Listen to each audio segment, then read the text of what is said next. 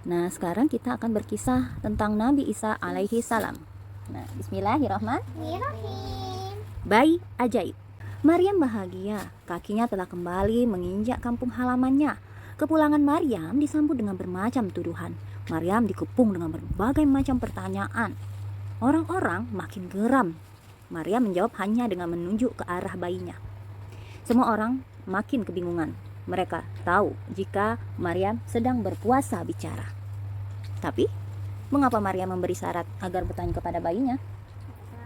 Nggak tahu. Karena bayinya yang bisa ngomong. Oke. Seorang pembesar kaum Bani Israel bertanya, apa yang bisa kami tanyakan pada bayi yang baru lahir? Bagaimana mungkin anak kecil yang masih dalam buayan dapat berbicara? Tanpa diduga, Isa yang tengah lelap dalam buayan ibunya menoleh. Matanya yang bercahaya mengerjap-ngerjap. Bola matanya berputar memandang orang di sekelilingnya. Sebuah mujizat pun terjadi. Dari mulut mungil Isa meluncurlah kalimat jelas dan tegas. Sesungguhnya aku ini hamba Allah. Dia memberiku kitab Injil. Dia menjadikan aku sebagai nabi. Dia menjadikan aku seorang yang Dia menjadikan aku seorang yang diberkati di mana saja aku berada. Dia memerintahkan kepadaku mendirikan sholat dan menunaikan zakat selama aku hidup. Para pembesar Bani Israel dan kaumnya terganga.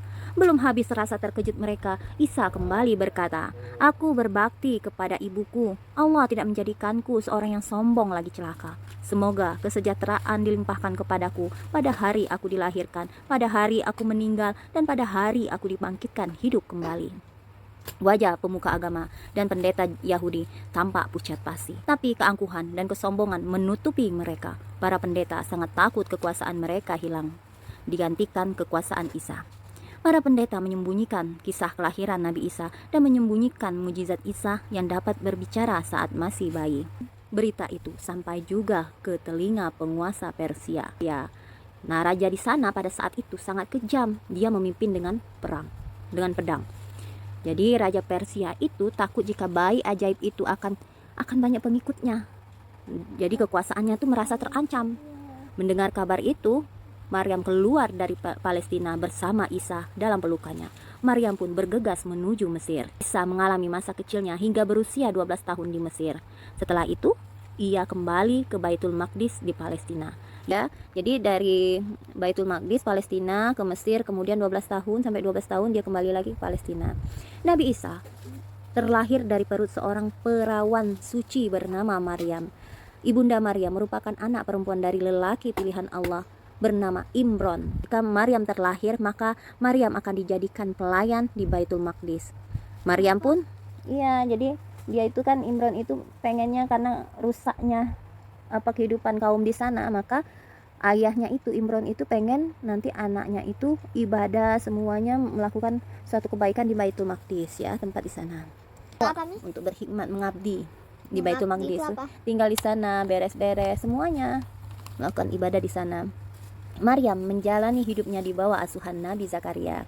Dia tumbuh menjadi gadis yang taat beribadah, bahkan dia pandai menjaga pergaulan. Dia enggan berdekatan dengan sembarang laki-laki yang bukan mahramnya. Suatu ketika, Maryam menyingkir dari tengah masyarakat. Ia pergi ke bagian Baitul Muqaddas dan melakukan uzlah, mengasingkan diri untuk fokus beribadah kepada Allah. Kemudian Allah mengutus malaikat Jibril dalam bentuk manusia. Malaikat tersebut diperintahkan untuk meniupkan ruh Nabi Isa dalam rahim Maryam. Terkejutlah Maryam saat itu. Malaikat Jibril berkata, sesungguhnya aku ini hanyalah seorang utusan Tuhanmu untuk memberi seorang anak laki-laki yang suci. Bagaimana akan ada seorang anak laki-laki, sementara tidak pernah seorang manusia pun menyentuhku? Aku bukan pula seorang wanita pezina, ujar Maryam. Maryam bingung, lantas Allah berfirman dalam surat Al-Imran ayat 47. Dia, Maryam berkata, ya Tuhanku, bagaimana mungkin aku akan mempunyai anak, padahal tidak ada seorang lelaki pun yang menyentuhku. Dia, Allah berfirman, demikianlah Allah menciptakan apa yang dia kehendaki. Apabila dia hendak menetapkan sesuatu, dia hanya berkata, kun fayakun, jadilah, maka jadilah sesuatu itu. Atas kuasa Allah, Maryam pun akhirnya mengandung. Sakitnya persalinan yang dirasakan Maryam dari kelahiran Nabi Isa, ya, Maryam berjalan ke sebuah tempat pangkal pohon kurma sembari menghentak-hentakkan pohon itu. Kemudian berjatuhlah kurma-kurma yang bermanfaat untuk wanita hamil dan melahirkan. Nabi Isa pun lahir. Jadi saking kuatnya sakitnya melahirkan itu sampai jatuh semua. Setelah masa nifas, Maryam kembali kepada kaumnya. Maryam merasa sangat bingung. Malaikat Jibril pun menyuruhnya untuk berpuasa bicara. Setibanya di kampung, banyak yang mencemooh, ya, tahu cemooh? Ya, mencibirnya, mengejeknya. Mereka mempertanyakan dari mana bayi itu. Maryam diam, ya. Saat semakin genting, situasi semakin genting dengan berbagai omongan itu, maka Maryam menunjuk kepada bayi Isa. Dan Allah pun telah menyelamatkan Maryam. Namun bahaya dilancarkan terus oleh sekelompok Yahudi. Mereka mengancam Nabi Isa dan Maryam. Tapi Allah terus menunjukkan kuasanya. Dengan kasih sayang Allah, Allah selalu menuntun Nabi Isa ke tempat yang aman, yaitu di sebuah negara yang nyaman dan air yang mengalir lancar. Di tempat itulah Nabi Isa melalui masa pertumbuhannya. Dia tengah disiapkan untuk menyampaikan risalah samawi. Jadi di situ ada yang menyebutkan nama tempatnya itu adalah Najab. Pada masa kenabian, Nabi Isa ditugaskan untuk mengajak Bani Israel kepada Allah. Nabi Isa mengharap hidayah agar dapat menyelamatkan kaumnya dari kesesatan. Pada masa itu Allah mengajarkan kitab Taurat dan Injil pada Nabi Isa. Ada banyak hikmah dan ilmu yang diberikan kepadanya. Bahkan Allah pun memberikan mujizat agar masyarakat sama aja isinya tuh, nak. Ntar dulu ya, agar masyarakat dapat mengakui kenabiannya. Perjalanan dakwah Nabi Isa sungguh berbeda jauh dengan nabi dan rasul lainnya. Tugas utamanya adalah mengajak manusia untuk beriman dan beribadah hanya kepada Allah. Berbeda dengan Nabi Muhammad yang diutuskan pada semua makhluk dari kalangan jin dan manusia. Nah, Nabi Muhammad itu untuk jin dan manusia, jadi bukan manusia saja ya. Nabi Isa hanya diutus kepada Bani Israel. Itu. Jadi hanya untuk Bani Israel kaumnya saja. Kalau Nabi Muhammad untuk jin. Rasul karena dia punya kitab.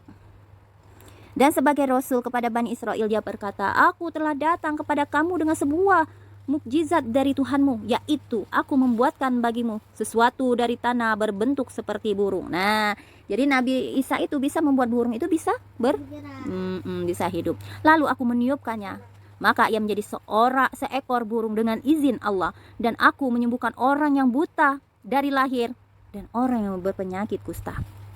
Jadi dia bisa menghidupkan juga orang yang mati. Dan aku beritahukan kepadamu apa yang kamu makan dan apa yang kamu simpan di rumahmu. Padahal Nabi Isa nggak melihat. Sesungguhnya apa yang demikian itu terdapat suatu tanda kebenaran kerasulanku bagimu jika kamu orang beriman. Nah itu. Tapi apakah orang beriman? Apakah orang beriman melihat mujizat Nabi Isa seperti itu?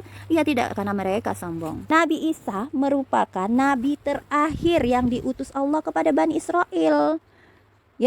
Hal itu demi mewujudkan umat yang bertakwa dan taat kepada Allah. Nabi Isa diberikan kelebihan, ya. Jadi Nabi Isa ini banyak sekali mujizatnya. Yang pertama apa?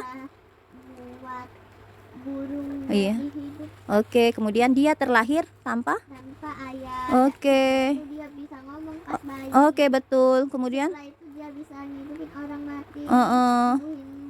Orang buta dari kecil. Iya, betul. Bisa mengetahui? Iya. Mengetahui apa yang dirahasi makan dan apa yang dirahasiakan. Nah, kemudian Nabi Isa diangkat ke langit ketika terjadinya peristiwa penyalipan. Iya, kan ketika orang-orang nggak suka sama Nabi Isa, maka orang-orang itu mencari Nabi Isa. Ternyata yang diserupakan oleh orang-orang, yang ditemukan oleh orang-orang itu adalah pengkhianat, pengikutnya Nabi Isa yang berkhianat, diserupakan mukanya seperti Nabi Isa. Jadi yang disalib adalah orang yang tadi, pengkhianat tadi, namanya Yudas Iskariot. Nah, jadi itu ya. Tapi orang-orang Nasrani, orang Kristen menganggapnya itu adalah Isa, padahal bukan. Nabi Isa sudah ada di langit, ya. Nah, demikianlah. Nabi Isa ketemu Nabi Idris ya? Mungkin, ya. Jadi Allah itu adalah penguasa sesuatu. Ketika dia berkehendak terhadap apapun, maka semuanya bakal jadi. Kun fayakun. Maka jadilah. Oke, demikian kisah kita kali ini. Assalamualaikum.